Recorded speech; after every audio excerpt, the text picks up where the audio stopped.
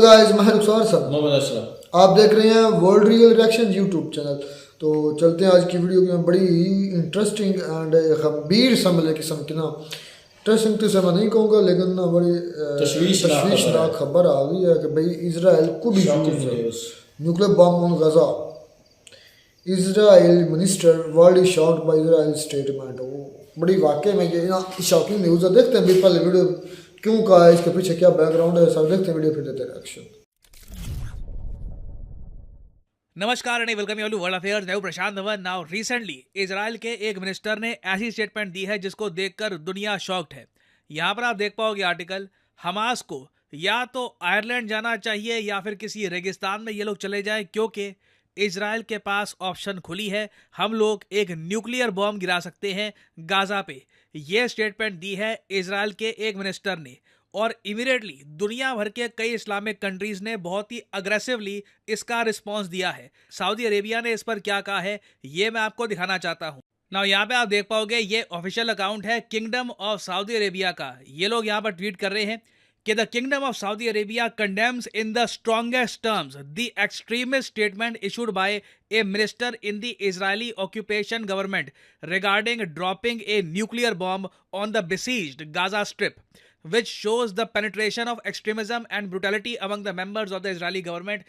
बहुत ज़रा कड़े शब्दों में ना सिर्फ सऊदी अरेबिया, बहुत सारे इस्लामिक देश निंदा कर रहे हैं स्टेटमेंट की। और इवन पाकिस्तान में भी आप देखो तो पाकिस्तान के जो फॉर्मर प्राइम मिनिस्टर हैं शहबाज शरीफ, इमरान खान तो जेल में है, उनकी स्टेटमेंट आती नहीं है, बट शहबाज शरीफ ने भी यहाँ पर यह कहा है कि इजराइल की न्यूक्लियर मैडनेस की वजह से दुनिया में वॉर स्टार्ट हो सकती है, इसे रुकना चाहिए ना। अब अगेन मुझे यहाँ पर यह भी ऐड करना पड़ेगा, पाकिस्तान की तरफ से पिछले कुछ हफ्तों में बहुत सारी न्यूक्लियर एक अटैक की धमकी इजराइल की तरफ जा चुकी है। यहाँ पे आप देख पाओगे नवाज शरीफ, जो ओवरऑल आप कह सकते हैं पाकिस्तान में आर्मी के बाद, आर्मी के अलावा पॉलिटिकल स्पेयर में सबसे पावरफुल आदमी है। इनके जो सन इन लॉ हैं, इन्होंने ओपनली ये कहा था कि पाकिस्तान अपने जो न्यूक्लियर वेपन्स हैं ये यूज़ कर सकता है इजराइल पर। इनका ये कहना था कि पाकिस्तान के जो न्यूक्लियर मिसाइल्स हैं ये सिर्फ पाकिस्तान के लिए नहीं है, ज़रूरत आने पर ये इस्लामिक कंट्रीज़ के लिए भी, उनके वेलफेयर के लिए भी ये मिसाइल्स लॉन्च कर देंगे। और ऑल्दो यहाँ पर आप कह सकते हैं कि पाकिस्तान के किसी सिटिंग मिनिस्टर ने ये बात तो नहीं कही ना।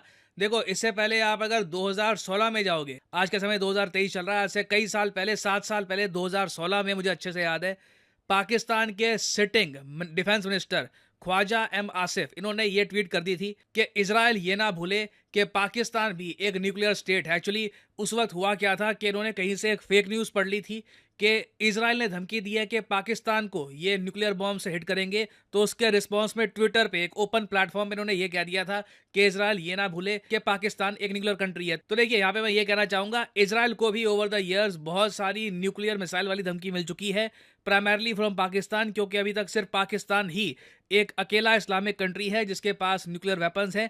ईरान अभी भी डेवलपिंग स्टेज में है, उनके पास न्यूक्लियर वेपन्स अभी आए नहीं हैं। बट इंटरेस्टिंग बात देखने वाली ये है कि इजराइल के मंत्री ने ये बोल तो दिया कि गाजा पे कल को ये न्यूक्लियर बॉम्ब गिरा सकते हैं, मगर इजराइल की सरकार ने ना इस स्टेटमेंट को बिल्कुल रिजेक्ट कर दिया। नेतन्याहू ने खुद ओपनली ऑनलाइन ये कहा है।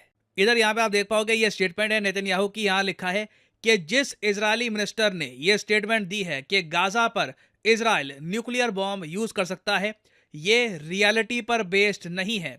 इजराइल और इजराइल की डिफेंस फोर्सेस ऑपरेट कर रही हैं in the accordance with the highest standards of international law to avoid harming innocents. ये बात इनको कैटेगोरिकली बोलनी पड़ी, क्योंकि इजराइल पर देखिए आरोप ये लग रहे हैं कि इजराइल हमास को मारने के चक्कर में बहुत सारे जो निहत्थे लोग हैं गाजा पट्टी में, उनको मार रहा है। तो ये बात इनको कहनी पड़ी कि हमारी कोशिश यही है कि इनोसेंट लाइव्स को हम ना मारे, and we will continue to do so until our victory. तो नेतन्याहू ने ये बात क्लियर कर दी है कि वॉर तो अभी चलेगी, बट न्यूक्लियर वेपन्स वाली जो बात थी अभी के लिए इसे बिल्कुल डिसमिस कर दिया। और साथ ही साथ जिस मिनिस्टर ने स्टेटमेंट दी है उसे भी सस्पेंड कर दिया जा चुका है। हाँ, मुझे वैसे एक बात ये ऐड करनी पड़ेगी कि अगर आप ये सोच रहे हैं कि इजराइल न्यूक्लियर वेपन तो यूज़ करेगा ही नहीं, पॉसिबिलिटी नहीं है, नो चांस।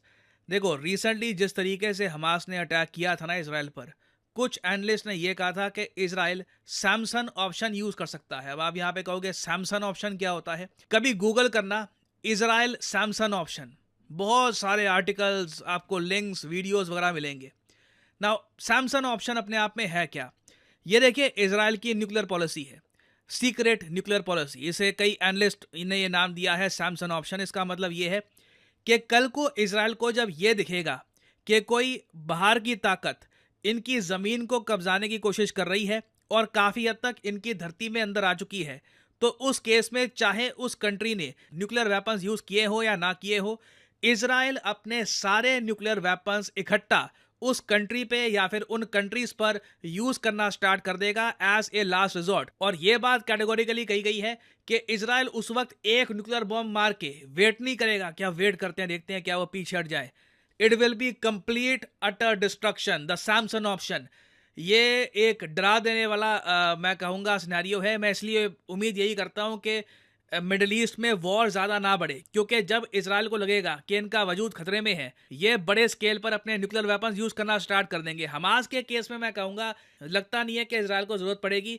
हमास को बहुत ही ईजिली ये हैंडल कर रहे हैं। बट हिजबुल्ला भी अगर अटैक कर देता है इजराइल को, कुछ और कंट्रीज़ भी अटैक कर देते हैं, इजराइल का जो वजूद है ये खतरे में आ जाता है। उस केस में मैं आपको बता दूँ, मिडल ईस्ट में न्यूक्लियर वेपन्स यूज़ होने का जो खतरा है ना, ये बहुत बहुत ज़्यादा बढ़ जाएगा। और गाज़ा के केस में ना हमने रिसेंटली ये भी देखा है कि इजराइल की सिक्योरिटी फोर्सेस में गुस्सा इतना है कि ये सब कुछ बॉम्ब कर रहे हैं। कहीं पर भी मैं कहूँगा इजराइल रेस्ट्रेंट नहीं दिखा रहा। रिसेंटली रिपोर्ट सामने आई है कि इजराइल की सिक्योरिटी फोर्सेस ने गाज़ा में एक इनका सबसे बड़ा रेफ्यूजी कैंप था, सीधा उसको भी बॉम्ब कर दिया। यूएसए ने इजराइल से पूछा है कि आपने इस पर बॉम्बिंग क्यों कर दी। हमास यहाँ पे मोस्ट प्रॉब्ली ऑपरेट नहीं कर रहा होगा, ये रेफ्यूजी कैंप था। बट अगेन इजराइल इस वक्त आप कह लीजिए it is taking no prisoners. वो ऑल आउट एक अटैक कर रहे हैं नॉर्दर्न गाज़ा पे। और ऐसे टाइम में जब एक मिनिस्टर की स्टेटमेंट आती है कि न्यूक्लियर वेपन भी यूज़ हम कर सकते हैं, तो आप ये कह लो हम उसे बहुत ज़्यादा लाइटली नहीं ले सकते। तो इसलिए इजराइल को एक डैमेज कंट्रोल मोड में आना पड़ा, क्योंकि सऊदी अरेबिया समेत कई इस्लामिक कंट्रीज गुस्सा हो गए थे। एक ट्रस्ट डेफिसिट बहुत ज़्यादा बढ़ गया था। तो इजराइल की सरकार को ओपनली ये कहना पड़ा कि अभी के लिए न्यूक्लियर वेपन्स यूज़ करने का हमारा कोई भी इरादा नहीं है। और सिंस हमने इजराइल और गाज़ा की वॉर से रिलेटेड बहुत सारी वीडियोज़ अपलोड करी हैं, मैं यहाँ पे आपसे क्वेश्चन भी पूछूंगा सेम टॉपिक का। राफा बॉर्डर, ये तो जी वीडियो होगी ख़त्म। ये वाली धमकी जो है ना बहुत बहुत ही ख़राब है। अगर हकीकत में ये बदल गई ना, मैं ये कहता हूँ कि दुनिया में वर्ल्ड वार 3 शुरू होने में कोई भी फिर रोक नहीं सकता। और इसमें कोई शक नहीं है, पाकिस्तान ने भी कई मरतबा धमकियाँ दी। बल्कि पाकिस्तान तो बात बात पर ना एटम बम की बात करता है, बात बात में करता है पहले एटम बम की बात। और क्योंकि ये बहुत और पाकिस्तान ने इस्तेमाल कभी नहीं किया। और मुझे लगता है कि इसराइल का जो मूड है ना, जिस तरह एंड पर प्रशांत सर ने ये बताया है, कोई इजरायली फोर्सेस का मूड है ना, वो रिफ्यूजी कैंप को भी यार नहीं बख्शेगा। यार ये क्या जुल्म है, जुल्म की इंतहा है। ठीक है आपकी वॉर हो गई, आप उधर हमास पर हमला करें, मार दे, ठीक है आपकी वो एक संगठन है या जो भी है उसको मार दें, मासूम बच्चों पर यार क्यों, मासूम लोग क्यों। तो इसका मतलब ये भी तो हो सकता है फिर जो वो हॉस्पिटल पर हमला हुआ था वो उसमें भी इजरायली शामिल हो। तो जाहिर सी हो सकता है कि कैंप को जिन्होंने उड़ा दिया है, कैंप में भी ऐसे ही कुछ रेफ्यूजीज होंगे, तो ऐसे ही लोग होंगे, आम ही पब्लिक होगी ना कैंपों में, तो उनको उड़ा सकते हैं। तो फिर हॉस्पिटल क्यों नहीं। हालांकि प्रशांत सच ये भी कह रहे हैं कि इजराइल इतने गुस्से में है कि उन्होंने ये भी नहीं देखा कि भाई कैंप है, उन्होंने वो भी उड़ा दिया। और दूसरी बात ये है कि इन्होंने कहा है कि हम जो है न्यूक्लियर जो बॉम्ब है उसका हमला कर सकते हैं। तो उसके बाद नेतन्याहू ने उसको हटा दिया और उसके खिलाफ उसके अपनी ये कह रहे उसके रिप्लाई में ट्वीट किया कि नहीं ऐसी कोई बात नहीं। तो मुझे लगता है कि वो जिसने ये बात की थी ना, ये बात सच है। ये सिर्फ वजाहत कर रहा था और ये चाहता नहीं था कि ओपनली मैं ये बात करूं। तो दूसरी बात ये है कि सारी दुनिया को पता है कि हमास शायद हमास को इतना नुकसान नहीं पहुंचा रहे जितना आम पब्लिक, आम सिविलियन को फ़लस्तीन में पहुंचाया जा रहा है। तो मैं तो कहता हूं कि ये भी अगर बम उन्होंने न्यूक्लियर वेपन चला दिया तो एक तरह का ये तो तीसरी जो है थर्ड वार जो है ना वर्ल्ड वार 3 अच्छा, ये तो बिल्कुल स्टार्ट है। इजराइल चलाता है फर्ज हमास पर एटॉमिक बॉम्ब, तो क्या उसकी रेडिएशन इजराइल में नहीं जाएंगे? इजराइल सोचने वाली आसपास बात के है। सारे मुल्कों में जाएंगी भाई। तो इजराइल ये कैसे सोच सकता है अपने लोगों? शायद उन्होंने बंदोबस्त किया हो भाई अपना। मुझे नहीं लगता कि ये करेगा इतना। लेकिन अगर इसने कर दिया तो फिर इसका मैं कहता हूं कि वर्ल्ड वार 3 जो है ना वो खुली है, उसके लिए मैदान खुला हो गया है। जिसने लेकिन एक बात मुझे हैरान करती है कि अब सऊदीया को मिर्चें क्यों लगी हैं। वो तो उनके साथ अपने बाहिमी रवाबत कायम करना चाह रहा था, खत्म कर ताल्लुकात बढ़ा रहा था, तो अब क्यों है ऐसी मिर्चें लगी हैं कि अब जब उन्होंने न्यूक्लियर बम की धमकी दी है तो इनको बड़ा याद आ गया कि बरादर मुल्क है हमारा। अब जो है ना नहीं। अच्छा, एक और मैं बात सोच रहा था, मैं सोच रहा था इंडियन का फिजा इजराइल को सपोर्ट करते हैं, करना भी चाहिए, उनका दोस्त मुल्क है। लेकिन यहाँ पे किसी इंडिया की गवर्नमेंट की तरफ से कोई ऑफिशियल मेरे ख्याल में बात या क्योंकि वो नेतन्याहू ने उसको रिस्पॉन्स कर दिया ना, उसको मतलब क्रिटिसाइज कर दिया कि ये ऐसी बात नहीं, रिजेक्ट कर दिया है वो। मैं प्रशांत साहब ने भी यही बात की थी कि रिजेक्ट कर दिया वो, हालांकि वो कोई ना कोई आम बंदा तो ऐसे नहीं बयान दे सकता, आम पब्लिक में भी नहीं दे सकता, लेकिन वो एक ऐसे बड़े ओहदे पे फायज होके तो ऐसी लापरवाही या ऐसा बेतुका बयान दे, मुझे नहीं समझ आता, जो कि पूरी दुनिया में खत्म का सबब बन सकता है। खतरे की घंटी बजा दी उन्होंने भाई। किसी भी मुस्लिम कंट्री के पास सिवाय पाकिस्तान के एटॉमिक बम नहीं, तो वो कैसे जीतेंगे?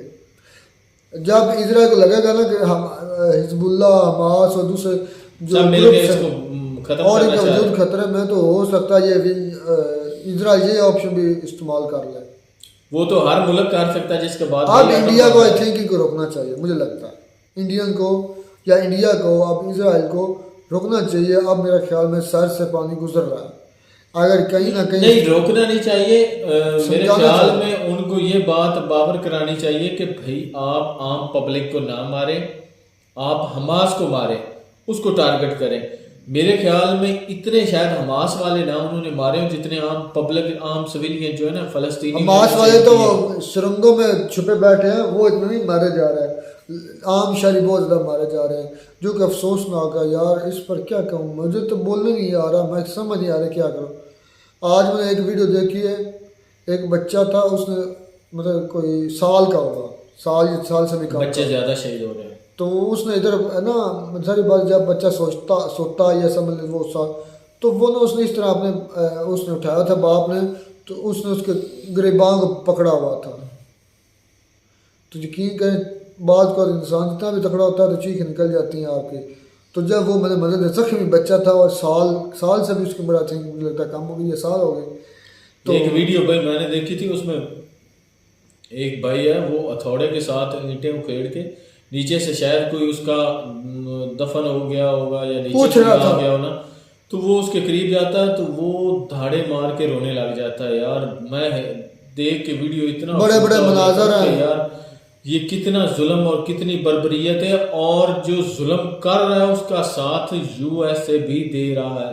अगर ये कहीं किसी इस्लामी मुल्क में होता, कोई इस्लामी मुल्क किसी के साथ करता, तो ये यूएसए उस पर सैंक्शन लगा देता, पता नहीं क्या क्या बोलता कि दहशतगर्दी है। अब ये दहशतगर्दी नहीं है, अब ये जुल्म नहीं है, ये बर्बरियत नहीं है। उन बेचारों फलस्तीनियों का कसूर इसमें क्या था, जिनका कसूर था उनको मुझे लगता है कि अब इंडिया को अपना किरदार अदा करना चाहिए, और मुझे लगता है कि अब सुलह होनी चाहिए। ये बात बहुत आगे बढ़ी, इंडिया का अब अपना किरदार, स्पेशली पीएम मोदी साहब की ये पैगाम है कि उनको अब उनका किरदार अदा करना चाहिए, जो कि वो अक्सर सुलह वगैरह करवाते हैं कंट्रीज़ के। खैर मिलते हैं वीडियो में, तब तक दिए इजाज़त, अल्लाह हाफ़िज़।